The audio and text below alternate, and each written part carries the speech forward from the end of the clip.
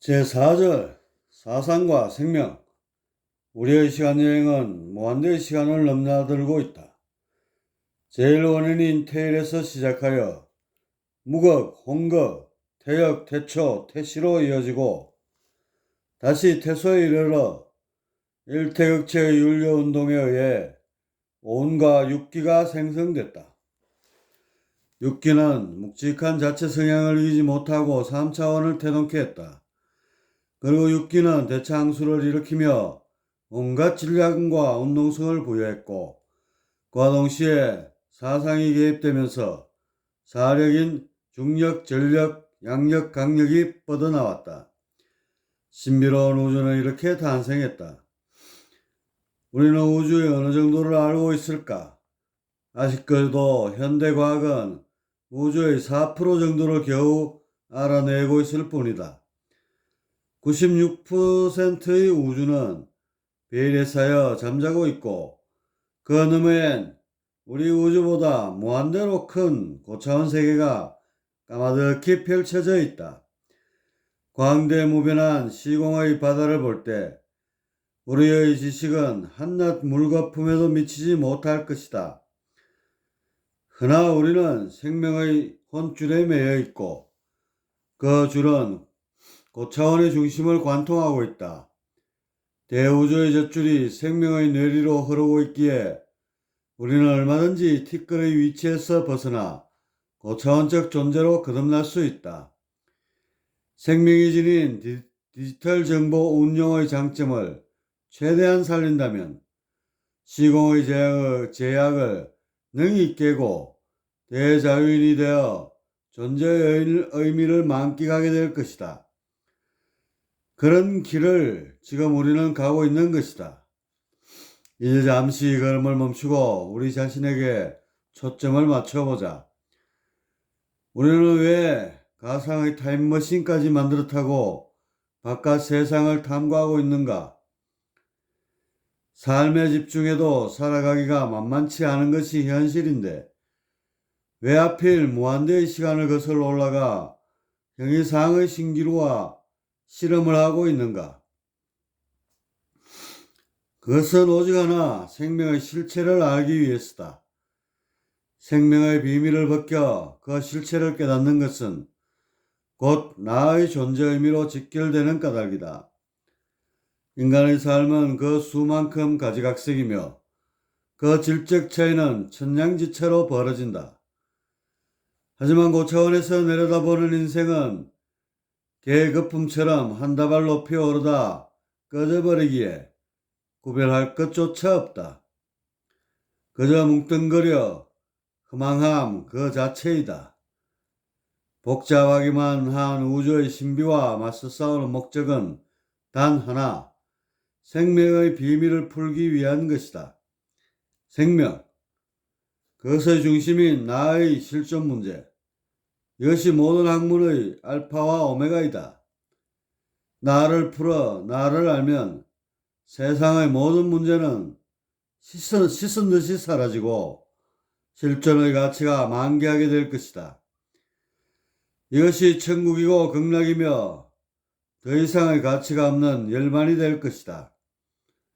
자, 그럼 생명에 대해서 차근차근 알아보자. 그러려면 몇 단계의 언덕을 넘어야 한다. 사력의 짝을 찾아라. 첫 번째 과제는 사력끼리 짝을 지어보는 것이다. 집신도 짝이 있다는데 우주를 지탱하는 위대한 네 개의 힘이 짝이 없었어야 쓰랴. 어디 한번 서로에게 가장 잘 어울리는 힘을 찾아 한데 묶어보자. 찾아봤는가? 사실 필자가 후학을 가르칠 때 이런 질문을 하게 되면 대개 한두 달씩 시간을 주었다. 그만큼 오랜 시간을 공부해야 되는 문제이고 그래야만 머리가 구조적으로 바뀔 수 있다. 하지만 지민의 한계에 의해 어쩔 수 없이 바로바로 넘어갈 것이다. 따라서 웬만하면 한두 시간이라도 충분히 생각해보고 답을 보는 것이 좋을 것이다. 욕속부달이라고 지식을 지혜로 만드는 데에는 그만큼의 숙성시간이 필요한 까닭이다. 답은 양력과 강력, 중력과 전력이다. 양력과 강력은 사상의 근원인 요력과 무력을 많이 닮아 있는 힘이다. 부모의 유전자를 고스란히 받고 있는 양력과 강력은 한 쌍이 되기에 충분하다. 문제는 나머지 중력과 전력이다. 중력은 유력을 담긴 했지만 뭔가 나사가 빠진 것처럼 느슨하고 어설프다. 엄마인 유력처럼 옹골차지를 못하고 맥이 풀려있는 상태라고나 할까? 전력은 더욱더 부모의 성격과 거리가 벌어진다. 부모인 유력과 무력은 그 성향이 그야말로 일방통행이다. 모든 것을 뭉쳐 하나로 만들든지 아니면 모조리 분해하여 해체하는 획일적 힘이다. 그런데 전력은 그 둘을 한데 묶어 조화를 이룬다. 유력과 무력을 존중하되 어느 쪽에도 편중되지 않으며 새로운 변화와 가치를 추구하는 기운이다. 그러니 이놈은 돌연변이가 틀림없다. 중력과 전력, 이 둘은 썩 맞는 조합이 아니다. 양력과 강력이 부절히 합하듯 쩍 늘어붙어 팔짱을 끼니 남은 두 힘은 어쩔 수 없이 짝을 이룬다. 참으로 어색한 만남이 아닐 수 없다. 양력과 강력, 그리고 중력과 전력의 조합, 이것이 사력의 상이다. 지금 우리는 사력을 단계적으로 통일해 나가는 중이다. 사력의 쌍을 합하라. 사력은 여분이든 아니든 자체 기운이 지닌 성향에 따라 자신의 짝을 찾아 어우러졌다. 이번에는 두 쌍을 한데 모아놓고 그 변화를 관찰해보자. 쉽게 말해 부부 모임을 갖는 것이다.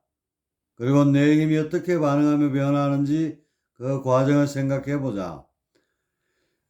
충분히 궁금해 봤는가? 적어도 한두 시간은 생각해보는 것이 좋을 것이다. 답은 양력, 강력, 전력은 한데 어우러지고 중력은 옆에 곁다리로 껴서 벌어져 있는 형국이다. 전력은 조화의 친화력이 뛰어난 힘이다. 그렇기에 양력과 강력에 전혀 구애받지 않고 친근하게 다가선다. 그러고 마치 한 집안 식구처럼 칵테일 잔을 부딪히며 수다를 늘어놓기 시작한다. 금세 분위기는 화기애애해지고 웃음소리가 주변을 장식한다. 그런데 술에 물 탄 듯 맹한 구석이 있는 중력은 이들의 주변을 맴돌 뿐 쉽사리 다가서지 못한다. 그저 세 힘의 화합을 묵묵히 지켜보며 자리를 지키고 있을 따름이다.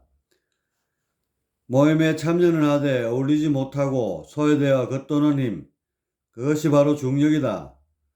정리하면 양력과 강력 그리고 전력은 마치 이산가족이라도 만난 듯 찰떡처럼 붙지만 중력은 낯설어 하면서 주변을 겉도는 형국이 된다. 삼합, 일격의 조합, 이것이 물질이다.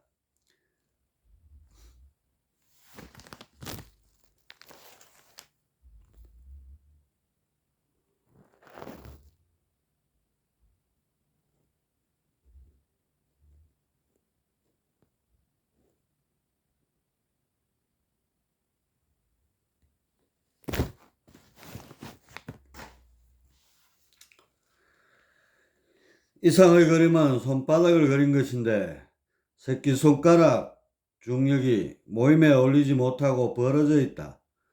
그래서 물리학에서 사력을 하나의 모형으로 통합할 때 어려움을 겪는다. 이제 우리는 물질에 깃든 힘의 구조를 알았다.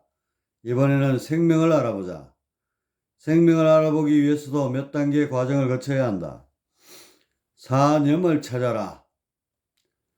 첫 번째, 생명의 정신활동을 이루는 네 가지 근본 힘, 즉 사념을 찾아보자. 이 질문은 아마 후학들이 몇 달은 숙제로 실험했던 기억이 난다. 적어도 몇 시간, 아니 며칠이라도 생각해 보라. 아마 이 권유를 지킬 독자는 없을 것으로 판단된다. 자, 충분히 생각해 봤는가? 바깥 세상의 물리 법칙이 복잡하다 해도 정신활동에 비할 바는 아니다. 시시때때로 온갖 상념을 빚어내는 정신은 그야말로 오리무중 속에 피어나는 신기루일 것이다. 그만큼 복잡하고 미묘하며 한치 앞을 가늠할 수 없는 변화의 궁극이리라. 그런 정신이지만 자세히 상찰해 보면 어떤 공통점이 있다. 그것은 정신이 뻗어나가는 방향이 크게 네 갈래로 이루어져 있다는 것이다. 네 줄기의 방향을 뭉뚱그려 사념이라 하고 그 낱낱을 지정의 식이라 한다. 질환, 이로운 것을 가리는 눈이다. 그래서 늘 시비를 가리는 쪽으로 생각이 뻗친다. 시시각각 들어오는 정보들을 나누고 분석하여 자신에게 유리한 쪽으로 판단을 하게 된다. 이것은 항해사의 손에 쥐어진 나침반 같은 것으로 지가 뛰어나야 최선의 방향으로 나아가 흔히 말하는 성공이라는 열매를 움켜쥘 수 있게 된다. 정이란 최적의 상태를 추구하는 힘이다. 자신을 구성하는 기운이 편안하고 안정된 상태인지 아닌지를 가려 최적의 상태로 만들려는 흐름을 이룬다. 이러한 목적한 바에 부합하면 즐겁고 행복하다는 신호를 일으킨다. 반대로 불안정한 상태라면 두려움과 슬픔을 일으키고 누가 자신의 편안함을 해치려 한다면 노여움을 발산할 것이다. 의는 목적한 바를 이루기 위해 뭔가를 행동으로 옮기는 힘이다. 그래서 이 힘이 없으면 탁상공론이 되고 만다. 아무리 지가 어떤 판단을 내려도 의가 없으면 물거품이 되고 만다.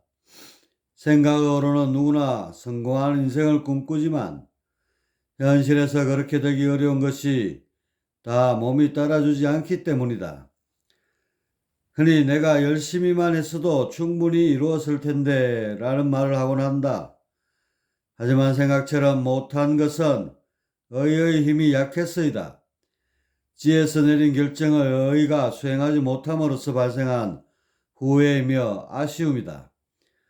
천재는 1%의 영감과 99%의 노력으로 이루어진다는 격언에 딱 들어맞는 대목이라 하겠다. 식은 흩어지는 정보를 붙들어서 소유하려는 힘이다. 정보라는 것은 기의 결합 구조가 만들어내는 일종의 힘이다. 그렇기에 현재의 상태를 계속해서 유지할 수 있는 구조가 못 된다.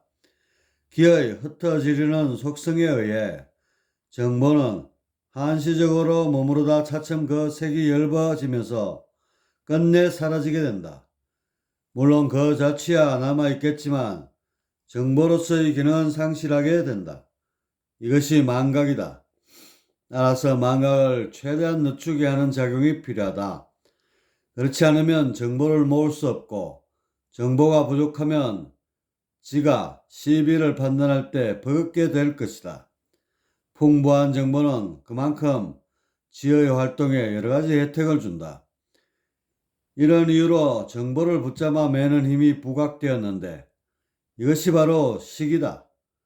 식이 발달된 사람은 기억력, 암기력이 뛰어나게 되고 그만큼 학습에서 유리한 고지를 점하게 된다. 지, 정, 의, 식의 사념, 이것이 생각을 이루는 네 가지 대들보이다. 이 위에 5만 가지 생각의 불을 지펴 사유하게 된다. 사념과 사력을 연결하라. 이제 사념을 알아봤으니 사력과 연결 지어보자. 우주란 꽤 복잡한 것 같지만 그 이면의 구조는 꼭 그렇지만은 않다. 주춧돌인 시공과 대들보인 에너지, 스카레인 생명 정도만 눈여겨보면 한눈에 전체상을 가늠할 수 있다. 본서에서 주야장천 강조하는 것이 바로 이 세 가지이다. 이번 과제도 원래대로 시간을 갖는다면 적어도 한 달 이상은 숙고해야 할 것이다. 충분히 공부해 보았는가? 사력은 생명에도 고스란히 적용된다. ATGC라는 염기서열 DNA를 이루면서 생명의 핵심 코드를 이루었고 유전 법칙에도 관여한다. 그뿐만 아니라 정신현상에까지 스며들어 지정의식의 사념을 확립했다. 그래서 사력과 사념은 하나로 연결될 수 있다.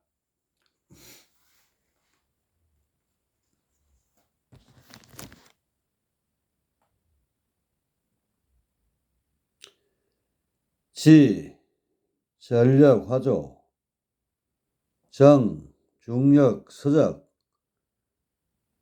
의, 양력, 산해, 식, 강력, 포수,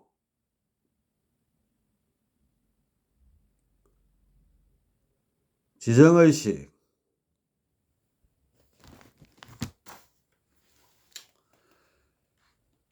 지는 플러스와 마이너스를 저울질하며 이로운 방향을 설정하는 힘이다.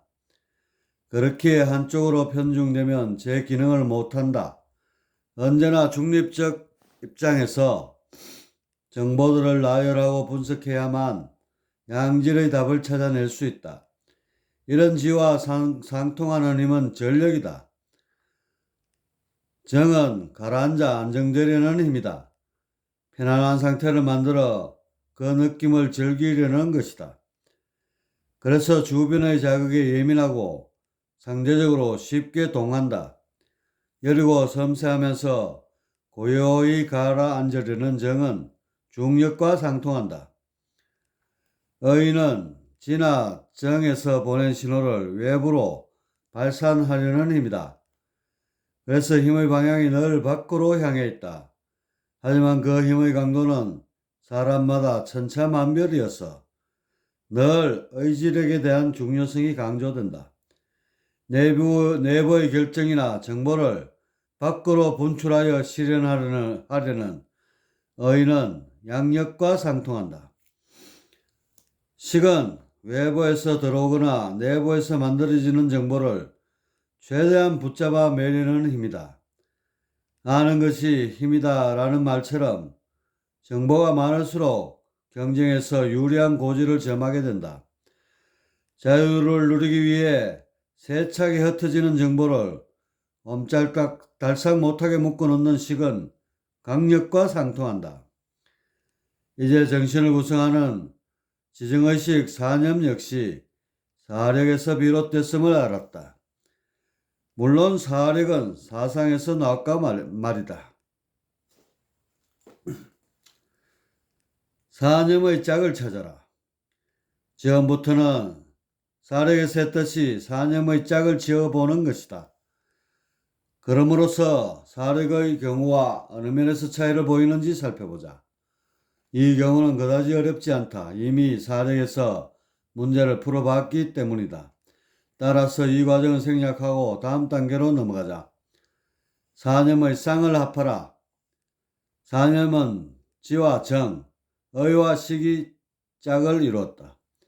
이것을 다시 한데 합하면 어떻게 될까? 사력에서의 경우처럼 맹한 중력이 모임에서 소외되는 형국이 발생할까? 아니면 좀 더 다른 형태의 결합이 이루어질까? 이 점에 주안점을 두고 깊이 숙고해보라. 답을 찾을 때까지 시간을 충분히 두는 편이 좋을 것이다. 열심히 공부해 보았는가? 연구만 하고 답을 찾지 못했다면 다시 생각해보라. 단순한 지식이 아닌 지혜를 얻고자 한다면 활을 다리듯 천천히 뜸을 들일 줄 알아야 한다. 사념의 결합.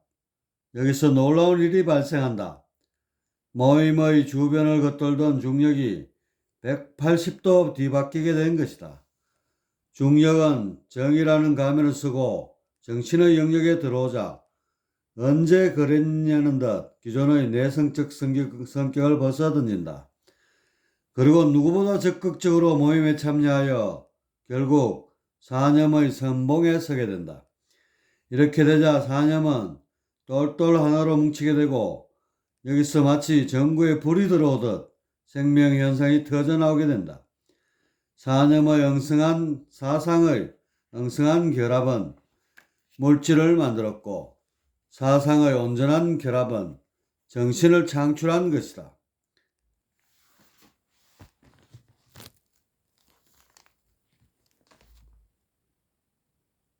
생명.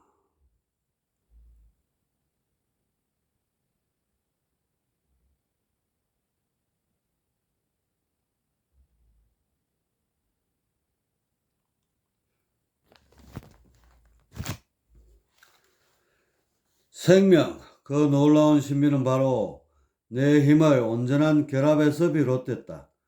오늘날 과학자들이 안간힘을 쓰며 사력의 통일에 매진하고 있지만 정신은 이미 탄생 순간부터 힘의 통일을 이루었다. 그렇기에 정신은 위대하다. 가히 우주의 열매를 알 수 있는 기적의 산물이다. 힘의 통일은 새로운 차원을 뚫을 수 있는 열쇠가 된다. 5차원 공을 열어 테일러의 복귀가 가능한 것이다. 이것은 이미 시타르타가 열반의 이름으로서 증명되었다. 우주의 메커니즘은 힘의 배치에 있다. 테일에서 뻗어나온 유력과 무력은 삼라만상을 창조했다. 그러나 너무 단순하여 고도의 질서를 구현하는 데는 역부족이다. 그래서 유력과 무력이 교차하여 사상을 이루었고 이것들이 온 육기 운동을 하면서 4차원 세계를 이룩하였다. 그러던 어느 시점에 육기가 지나치게 무거워지면서 짜부라들자 새로운 차원, 즉 3차원이 만들어졌다. 한마디로 4차원의 힘에 저항을 받는 폐쇄 시공간이 생겨난 것이다. 이때 4차원의 사상은 6기를 타고 3차원에 스며들어 사력이 된다. 그리고 3차원의 폐쇄성에 의해 사력은 어쩔 수 없이 결합을 하게 된다. 다소 엉성한 형태로의 결합, 이것이 물질이다. 그러다 까마득한 세월을 보낸 뒤에 사력은 온전한 결합에 성공하게 되니 이것이 바로 생명이다. 생명은 곧 힘의 완성인 셈이다. 그런데 생명에도 그 질적 차이는 현저하게 된다. 그것을 영역이라 하여 1천에서 9천으로 나뉜다. 어떻게 영역이란 것에 의해 생명의 등급이 나뉘게 된 것일까? 그것은 지, 정, 의, 식 각각의 수준과 협조 관계에 기인한다. 특히 지의 점수가 중요하다. 이 부분이 뛰어나면 대체로 영역이 높게 나온다. 지란 선천적으로 타고나는 것도 있지만 후천적인 요인도 무시할 수 없다. 아무리 좋은 지를 타고났어도 후천적으로 습득하는 정보량이 부족하면 좋은 기능을 할 수 없다. 그래서 식에 집중하는 것이다. 어려서부터 지겹도록 공부하는 이유가 바로 식에 있다. 식이 좋을수록 그만큼 지에 유리하게 작용하기 때문이다. 허나 선천적 지가 떨어지면 아무리 풍부한 식도 한계는 있기 마련이다. 그래서 말로 배워 되로 풀어먹는다는 속어도 나오게 된다. 어쨌든 식은 지의 다다익선일 것이다. 그런데 식을 쌓으려면 지의 도움 없이는 안 된다. 의가 약하면 식이라는 정보의 탑을 꾸준히 쌓아나갈 수 없다. 그런데 식을 쌓으려면 의의 도움 없이는 안 된다. 의가 약하면 식이라는 정보의 탑을 꾸준히 쌓아나갈 수 없다. 그래서 지는 의의 힘을 북돋기 위해 무엇을 해야만 하는 당위성을 줄기차게 주입시킨다. 그래야만 의가 힘을 내는데 문제는 사람에 따라 그 힘이 천차만별이라는 것이다. 작심삼일도 있지만 면면부단이나 용왕매진, 주경야독도 나오는 것이다. 어떤 이는 지혜에서 그런 신호조차도 보내지 않는다. 이렇게 되면 거의 폐인 수준이랄까. 아마 10중 8구는 노숙자나 비렁뱅이가 될 팔자일 것이다. 이처럼 영역에는 지가 차지하는 비중이 크다. 사실 동물에서 인간으로의 진화도 지혜에 있지 않던가. 그런데 이런 지혜의 앞길을 가로막는 장애물이 있다. 그것은 바로 정이다. 정이 사념의 선두에 서면 지혜의 판단력은 다소 흐려지게 된다. 그래서 어려서부터 늘 정을 제어하는 방법을 교육받는다. 가정의 서열과 사회의 질서, 나라의 안녕을 위해 개인의 정을 자제해야 함을 수없이 배우게 된다. 그럼에도 정은 불쑥불쑥 튀어나와 사념을 진두지휘한다. 얼마나 정의 폐해가 컸으면 지성인이라는 말까지 나왔겠는가. 말 그대로 지가 사념을 이끄는 사람이다. 정의 폐해를 열거하려면 한도 끝도 없을 것이다. 사실 인류사에 들이운 숱한 죄악은 그 뿌리를 정에 두고 있다. 전쟁이란 것도 모두가 정의 심사가 뒤틀려서 비롯한 것이다. 이놈이 우쭐하고 싶은 마음에 천하는 혼란에 휩싸이고 민중은 고통에 신음하게 된다. 물론 역사를 보면 정은 제 얼굴을 그대로 드러내지 않는다. 늘 지를 꼭두각시로 내세워서 자신의 뜻을 관철시킨다. 그래야지 마각을 숨김과 동시에 명분을 세울 수 있다. 그런데 정이 리더가 되는 것이 늘 문제가 되는 것은 아니다. 예술가에게 있어서는 이보다 더 좋은 구조는 없다. 풍부한 정은 온갖 창조로 이어지는 동인이 되어줄 것이다. 수행자에게 있어서도 정은 수행의 목표를 확고히 해주는 지남차가 되어줄 수 있다. 흔히 수행의 궁극을 영생으로 알고 있다. 하지만 영생에서 한 발짝 더 들어가야 그 끝이 나온다. 그곳이 바로 열반이다. 열반은 정의 완성을 일컫는다. 따라서 수행자는 정을 통해 열반에 대해 발언하고 이것을 동력으로 삼아 정도로 나아갈 수 있다. 이런 거창한 것이 아니어도 정은 사람과 사람의 관계를 따뜻하고 아름답게 이어줄 것이다. 가족 간이나 연인 사이에 정이 없는 경우를 생각하면 끔찍할 것이다. 이처럼 물질에서는 조용히 자리만 지키고 있던 정, 중력이 생명으로 옮겨와서는 좌충우돌하며 종횡무진하고 있다. 그 영향력이 얼마나 컸으면 남의 말을 듣기 싫어하는 의도, 정 앞에서는 꼼짝을 못한다. 지가 그렇게 논리적으로 설득하려 해도 마지못해 움직이는 척만 하던 의가 정이 무슨 말만 하려면 금세 눈치를 채고 즉각 행동으로 반응한다. 이런 의의 과잉 충성 때문에 세상에는 사건 사고가 끊이지 않고 있다. 얼마 전 신문에서 라면 한 그릇 때문에 비행기 승무원을 폭행한 대기업 임원에 대한 기사를 읽은 적이 있다.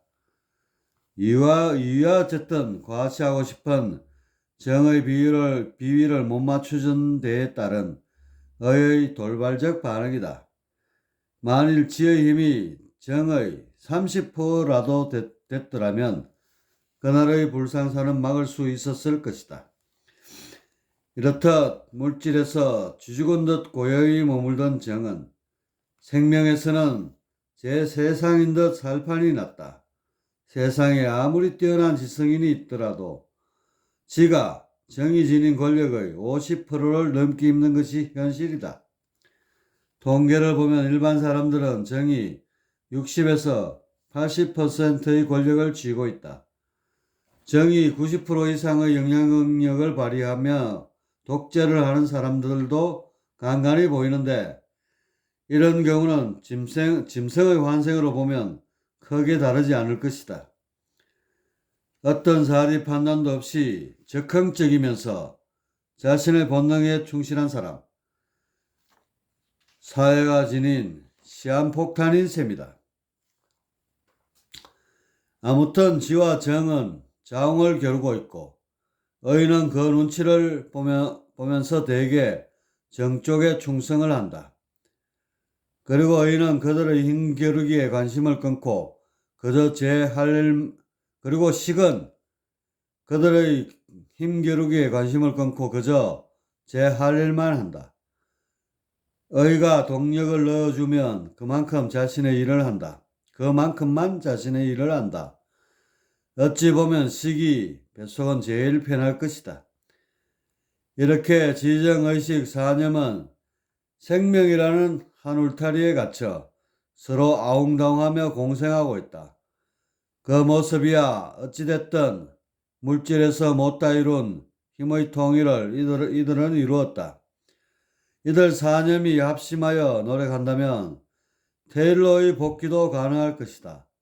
수많은 생명들이 중도에 낙엽이 되어 쓸쓸히 떨어져 나가겠지만 그래도 그중 몇몇은 위대한 복귀를 이루어 창조의 열매를 맺게 될 것이다.